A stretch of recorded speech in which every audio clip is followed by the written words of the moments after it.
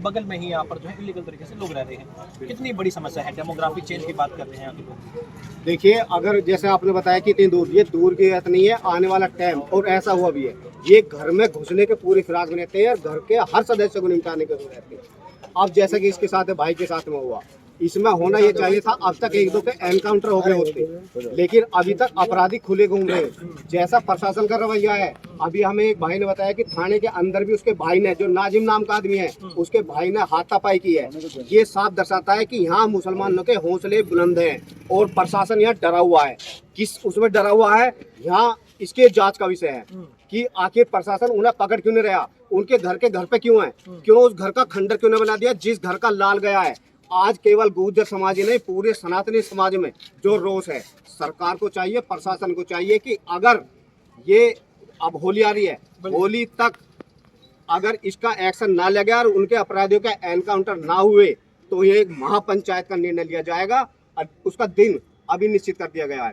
और सरकार से मैं बताना चाहता हूँ कि आप इन्हें कितने भी वो कर लें, बचा नहीं पाएंगे इस केस से। इसको नाजिम को कितना ही पैसा आपको खिला देंगे, इनकी समस्त जितनी भी जरूरतें हैं, इनके सबके जो जेब खर्चे हैं, सब मुसलमानों के उससे चल रहे हैं, जिस कारण ये हाथ नहीं डाल रहे हैं। मजाल अगर पुलिस की उसमें एक मंदिर के किसी घर के आगे से चप्पल गायब हो जा, अभी तक पकड़े क्यों नहीं गई। नाजिम का भाई थाने में आके हाथापाई कर दे, प्रशासन के उसमें, इस सरकार में जिसे लोग कह रहे हैं कि हिंदुवादी सरकार है।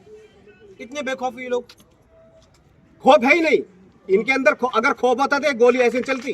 किसी भी अपराधी की कोई भी सजा अगर आपस में होता है तो चापटे थप्पड़ लट इस तक कहते हैं। किसी की हत्या करने का मतलब ये इनका वो ये प्रोपेगेंडा है जो एक इस्लाम का है, जो एक जिहादी का है कि उनके दौरे बैठो, कोई बात आए उसकी दो, उनके घर के साथ में लूटपाट करो।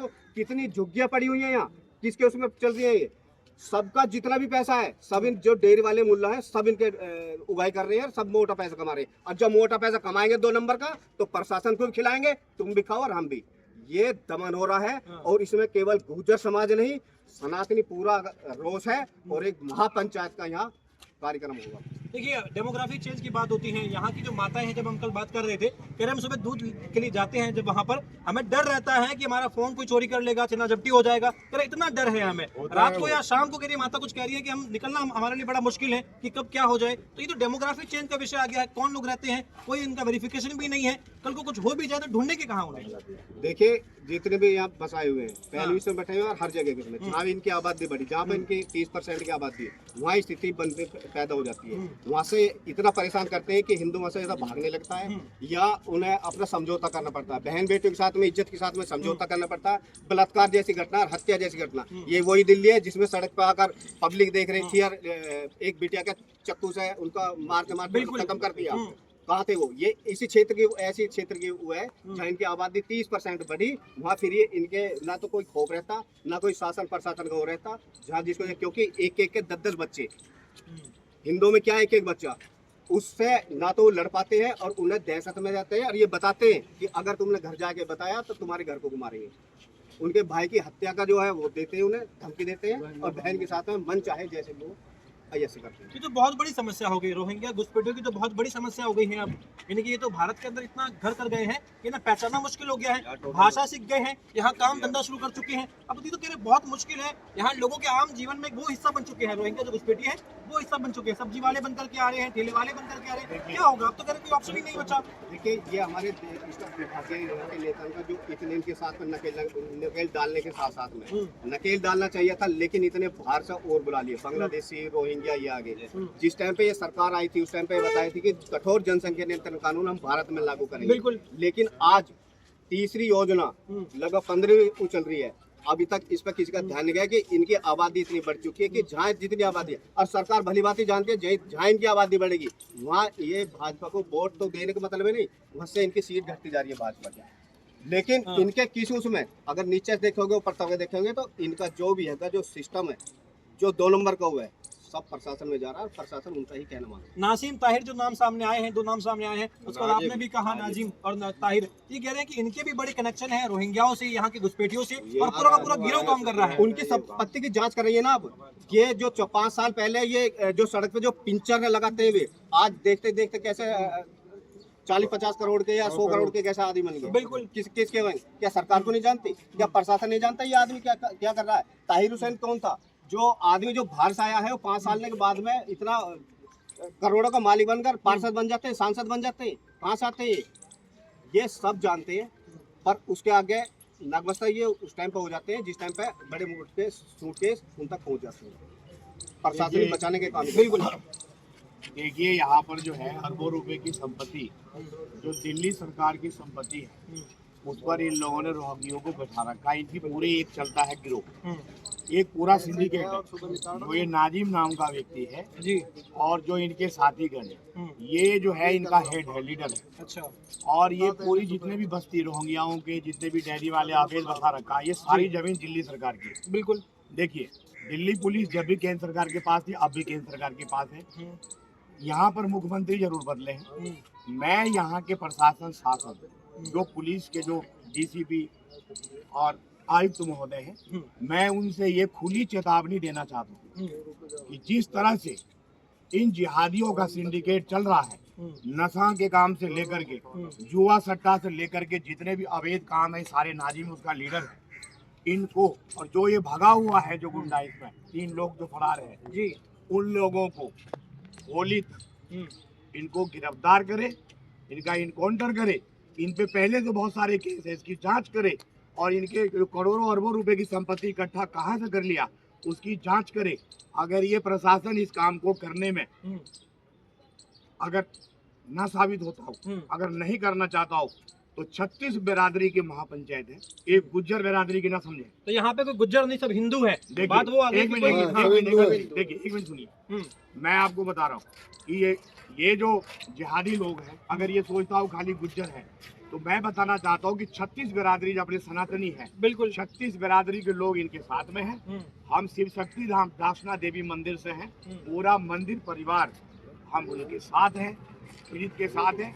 और अगर ये प्रशासन त्वरित कार्रवाई नहीं करती है तो 36 बिरादरी की महापंचायत होगा, हम लोग निर्णय लेंगे उसमें पंचायत में, फिर हमें प्रशासन से कुछ लेना देना नहीं, हम अपने आप निपट लेंगे। यानी आप लोग मानते हैं कि रोहिंग्या कनेक्शन कहीं ना कहीं लोगों का है, रोहिंग्या का पूरा हीरो जो है वो काम कर रहा है। नाजिम नाम का व्यक्ति है, ये पूरा इनका जो है सिंडिकेट है, सिंडिकेट है पूरा। पूरा इनका जो है राशन कार्ड से लेकर के आधार पत्र से लेकर के सारा काम करता है ये। और ये 20,000 से लेके 50,000 रुपये महीना डेयरी वालों से लेता। आप कहीं पूछ लीजिए जाके, आप किसी डेयरी वाले से आम पब्लिक से जाकर के आप इंटरव्यू ले लीजिए, पता पड़ जाएगा आपको। क्या पुलिस प्रशासन को पता नहीं है? सब पता है। पता होने के बावजूद अगर काम हो रहा तो हमारा काम, हम तो प्रश्न उठाएंगे। बिल्कुल। या तो आप बिके हो या काम नहीं करना चाहते हो। और नशे के बारे में तो पता ही होगा, चरस गांजा आजकल किस सारे नशा, सूखा नशा से लेके गीला नशा तक सारे नशा की अवैध काम चल रहा है यहाँ पे। ये अवैध काम मैं कह रहा हूँ, अगर एक थाना के सच्चो अगर अपने थाना क्षेत्र में चाह ले, मैं कह रहा हूँ बीड़ी भी नहीं रखली बेच सकता। बिल्कुल। तो यहाँ पर ये अवैध सूखा नशा से लेकिन कैसे बिक रहा है? छोटे छोटे बच्चे जो है ये सूखा नशा कर रहे, कौन बेचता है? ये बेचने वाला सारे ये जिहादी है, और जो छोटे छोटे बच्चे बर्बाद हो रहा वो सनातनियों का है। इन पे तुरंत कार्रवाई हो, अन्यथा महापंचायत के बाद फिर हम मौका नहीं देंगे। ये मैं बिल्कुल चेतावनी देके जा रहा हूँ। तो आपने ये होली तक की आपने वार्निंग दे रखी है, इसके बाद में आप कह रहे हैं कि ऐलान अब जुदा? बिल्कुल ऐलान है जी, संडे को महापंचायत होगी हमारी 36 बिरादरी। उस 36 बिरादरी में 36 बिरादरी का जो निर्णय होगा उस निर्णय के हिसाब से हम तुरंत काम करेंगे। बिल्कुल। देखिए अभी ऐलान हो चुका है, आपको भी लग रहा है, क्योंकि ये यहाँ पर ये लोग कह रहे हैं कि भाई ये गुज्जर भाई कहता नहीं है, ये हिंदू भाई पे प्रहार है, और कह रहे हैं कि सब उनके साथ में खड़े हुए हैं। और भाई आप बता रहे हैं कि जो रोहिंग्या जो झुग्गी झोपड़ी वाले हैं इन पर कार्रवाई जरूरी है। देखो इनके हेड के साथ पूरा हिंदू समाज खड़ा है, टोटल सारा संत समाज खड़ा है। दासना देवी मंदिर के संत नरसिंहानंद सरस्वती जी महाराज जी, उनके नेतृत्व में हम लड़ाई लड़ेंगे। और रही देखो बात इनकी, तब तक ये जिहादी बैठने वाले नहीं है शांत। और ये तो नेताओं की और प्रशासन की दलाली का परिणाम हम भुगत रहे हैं। प्रशासन इनसे दलाली खाता है, नेता इनसे दलाली खाता है, और नेता यहाँ आके हमें समझा देते हैं कि नहीं लड़ाई में कुछ नहीं रखा। तो हम तो इनके भेंट चढ़ रहे हैं। हमारे जो भाई हैं ना, ये नेताओं की और प्रशासन की दलाली के भेंट चढ़ रहे हैं। और जो हमारे समाज के आपस में अकड़ है, जो आपस में हम एक दूसरे को दिखाते कि हम कुछ हैं, ये उसका परिणाम है। और हमारी जो शौक है आजकल वे हमें कमजोर कर रहे हैं। जब शरीर कमजोर हो जाता है तो बीमारी से खा जाती है। तो यहाँ पे अब लोग जो पैसा वाले हो गए इन्हें शराब चाहिए अच्छा। और कुछ नहीं चाहिए इन्हें, ना इन्हें अपने भाई से प्रेम रहा हाँ। कहीं पे भी पूरे हिंदू समाज में सब, इसलिए हमारी दुर्गति हो रही है।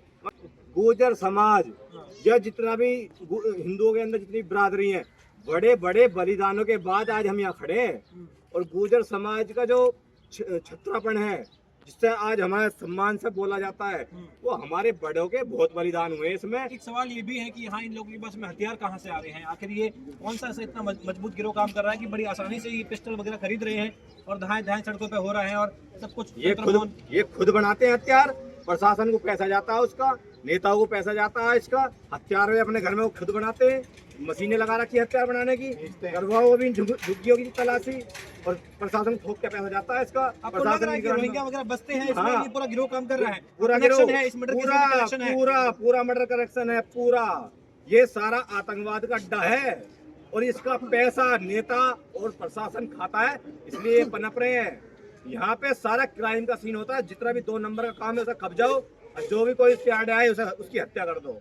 रोहित भाई भी कुछ लोग यहाँ कह रहे थे कि वो यही चाह रहे थे कि नशे का कारोबार जो हो रहा है उसे बंद किया जाए, और यही लोगों में खुन्नस थी कि ये रोहित जी जो है ये नशे के खिलाफ जा रहे थे और ये लोगों को पसंद नहीं आया कि झुग्गी झोपड़ी वाले ये नशे कर रहे हैं तमाम जो है उन पर, इसलिए ये हत्या को अंजाम दिया। बिल्कुल, एक आधा भाई आवाज उठाता उसको मरवा देते हैं। और रही बात नशे के कारोबार की, यहाँ के स्थानीय लोग भी उसमें साथ देते हैं उनका, उन्हें भी पैसा कमाना है इसमें, और 10 लोग पैसा कमा रहे हैं, 90 को मरवा रहे हैं समाज के लोगों को। अब प्रशासन इसका पैसा खा रहा है। नशा का कारोबार तो प्रचंड है दिल्ली के अंदर, सबसे ज्यादा नशे में हत्या हो रही है आज की डेट में। पूरे भारत में कहीं इतनी हत्या नहीं होती जितनी दिल्ली के अंदर होती है, और ये सारा 2 नंबर का नशे का कारोबार। योगी मॉडल की आवश्यकता है अब? बिल्कुल है, हमारे यहाँ करके दिखा दो कोई। दिल्ली की तो दुर्गति हुई पड़ी है, पैसा है यहाँ पे लोगों पे, सब अय्यासी कर रहे हैं, एक एक करके भाई मर रहे हैं हमारे। देखिए यहाँ